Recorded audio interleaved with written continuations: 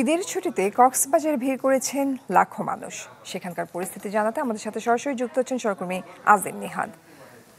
আজিম, আপনার পেছনে আমরা অনেক পর্যটক দেখতে পাচ্ছি। স্বাভাবিকভাবেই ঈদ উল ফিতরের ছুটিতে অনেক পর্যটকের ঢল নামে কক্সবাজারে। সেই সাথে পর্যটকদের নিরাপত্তা ব্যবস্থা সব মিলিয়ে একটু জানাবেন আমাদেরকে।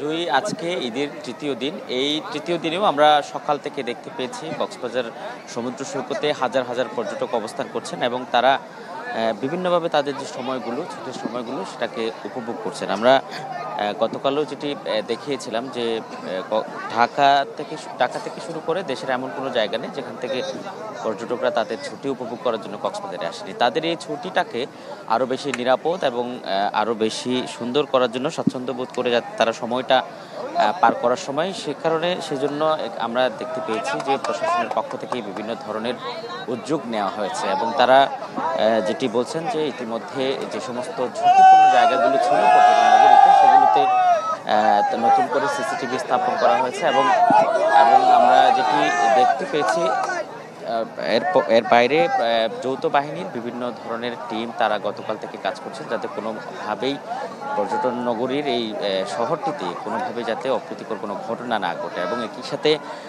শুধুমাত্র সমুদ্র সৈকতের পাশাপাশি অন্যান্য যে স্পটগুলো রয়েছে, দর্শনীয় স্থানগুলো রয়েছে, সেখানেও একই ধরনের নিরাপত্তা ব্যবস্থা জোরদার করা হয়েছে যাতে কোনো ধরনের বিশৃঙ্খল পরিস্থিতি তৈরি না হয় এবং শুধুমাত্র পুলিশ বা গোয়েন্দা পুলিশ নয়, এর পাশাপাশি সেনাবাহিনী সহ বিভিন্ন ধরনের আইনশৃঙ্খলা বাহিনীর ইউনিটকে আমরা কাজ করতে দেখেছি যাতে এখন পর্যন্ত এখন ঈদের তৃতীয় দিন এখন পর্যন্ত কোনো ধরনের অপ্রীতিকর ঘটনা কক্সবাজারে ঘটেনি এবং প্রশাসন আশা করছে যে এটি শেষ পর্যন্ত থাকবে। জুই।